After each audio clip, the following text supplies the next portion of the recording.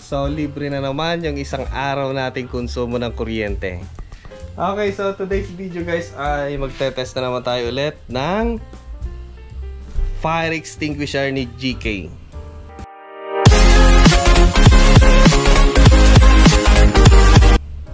So last time kasi ay tinest ko yung bilog, dalawa yung tinest ko, kaya lang hindi ako satisfied.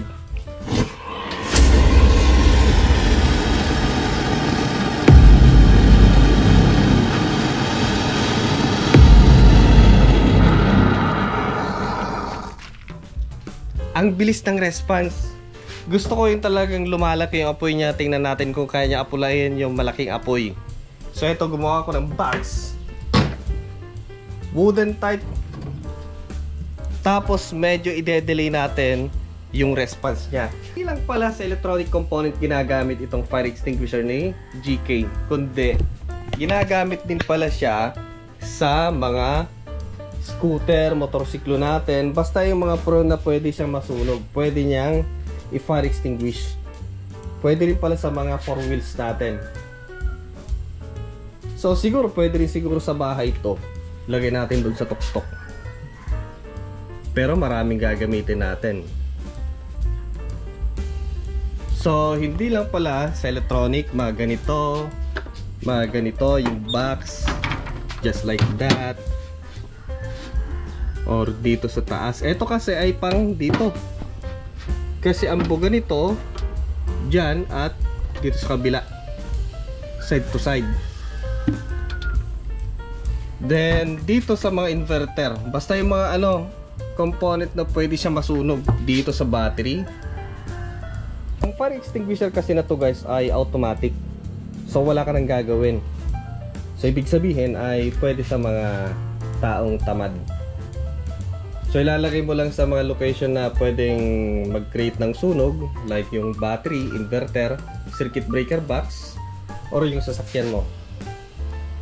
So kung nagkaroon ng sunog, automatic siyang maglalabas ng aerosol. Dikit natin sa taas, then tapos. So eto, gumawa ko ng mas malaking box para mas malakas yung apoy. Last time kasi yung tinest natin, ang bilis ng response, gusto ko medyo may delay para lumaki yung apoy.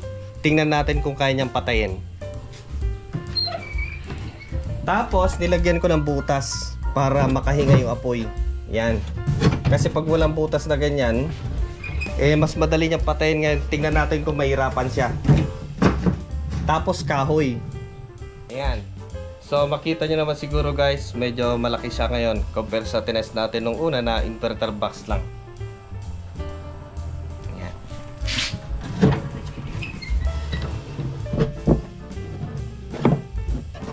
So dahil ngayong labasan ng aerosol ay sa top and bottom niya, kung ganyan kasi natin ilalagay, matatrap kung sakaling may lalabas ng aerosol dito, matatrap dito, hindi niya mapapatay sa baba.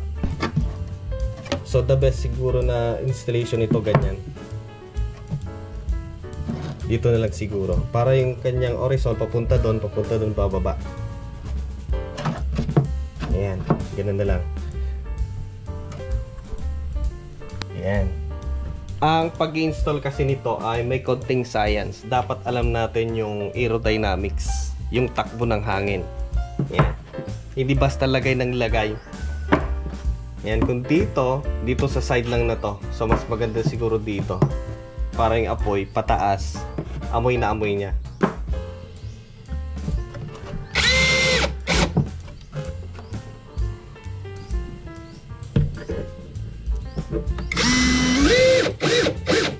Para maging ready siya, tanggalin natin to. Huwag niyong kalilimutang tanggalin to. Kasi nga, hindi masusunog to. Dito sa dulo siya masusunog, papasok yung apoy. Kailangan tanggalin niyo tong rubber. Okay?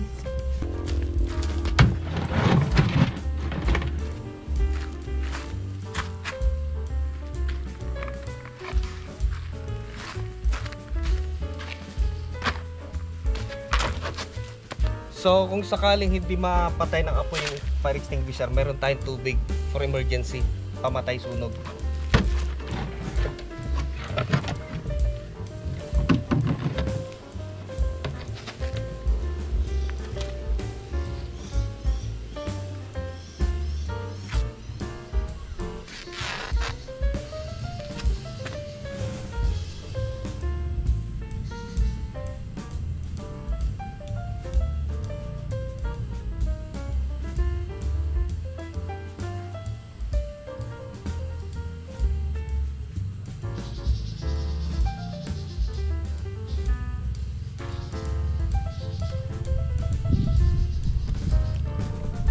So ang gagamitin natin ay gasolina ulit.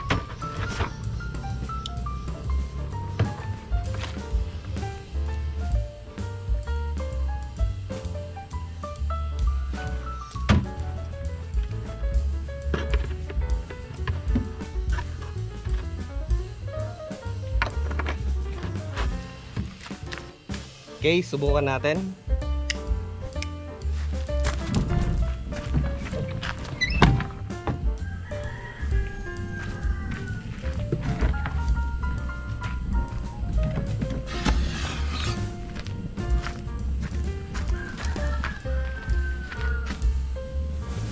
Hindi nasunog yung ano?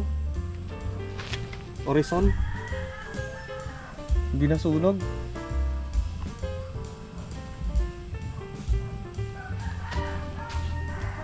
Masusunog pa kaya yan? Naubos yung kanyang mitya. Pero paipalin natin.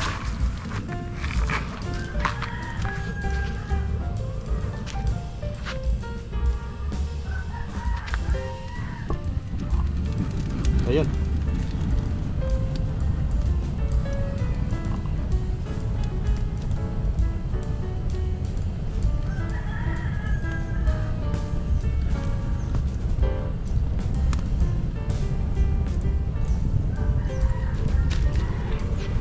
Wala na, sunog na. Hindi pumasok yung apoy dun sa ano, fire extinguisher.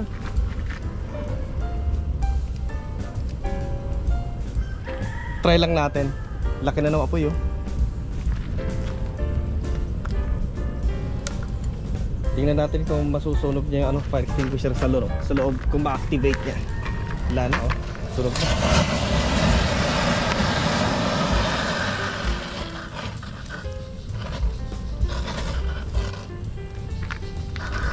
Hindi niya kinaya or mali lang yung installation ko.